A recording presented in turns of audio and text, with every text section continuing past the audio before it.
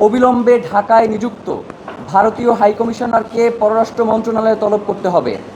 ভারতে রাষ্ট্রীয় মদদে মুসলিম নিধন, মসজিদ ভাঙচুর এবং শুভেন্দু অধিকারীর মতো উগ্র ব্যক্তিদের উস্কানিমূলক ও সাম্প্রদায়িক বক্তব্যের কড়া প্রতিবাদ জানাতে হবে এবং এর আনুষ্ঠানিক কৈফিয়ত আদায় করতে হবে।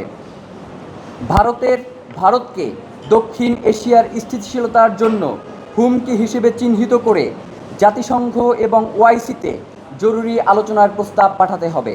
ভারতের অভ্যন্তরে মুসলিম জেনোসাইড রুখতে সেখানে আন্তর্জাতিক পর্যবেক্ষক দল পাঠানোর জন্য সরকারকে কূটনৈতিক তৎপরতা বাড়াতে হবে।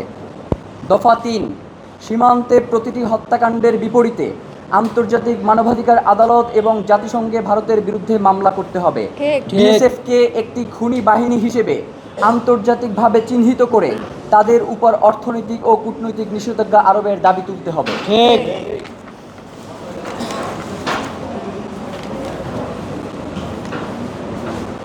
আগামী ৭ই জুন শুরু হতে যাওয়া জাতীয় সংসদের বাজেট অধিবেশনে ভারতের উগ্র হিন্দুত্ববাদী সহিংসতা ও সীমান্ত হত্যার প্রতিবাদে সর্বসম্মত নিন্দা প্রস্তাব গ্রহণ করতে হবে। এছাড়া গত এক দশকে সীমান্তে নিহতদের তালিকা ও ভারতে ক্ষতিগ্রস্ত ধর্মীয় স্থাপনার পরিসংখ্যান নিয়ে একটি রাষ্ট্রীয় শ্বেতপত্র প্রকাশ করতে হবে।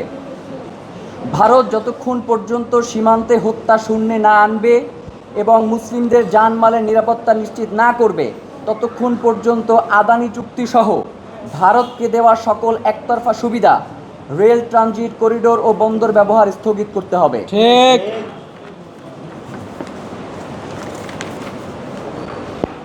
আমরা বাংলাদেশের অন্তর্বর্তীকালীন সরকারের একজন উপদেষ্টার বরাতে আমরা জানতে পেরেছি, আসিফ নজরুল, তার মাধ্যমে যে বাংলাদেশে অবৈধভাবে ২৬ লাখ ভারতীয় কর্মরত রয়েছেন। বাংলাদেশে থাকা অবৈধ ২৬ লাখ ভারতীয় নাগরিককে বহিষ্কার করতে হবে। এবং সর্বশেষ, বাংলাদেশ থেকে উগ্র হিন্দুত্ববাদী সংগঠনসমূহের কর্মকাণ্ড নিষিদ্ধ করতে হবে।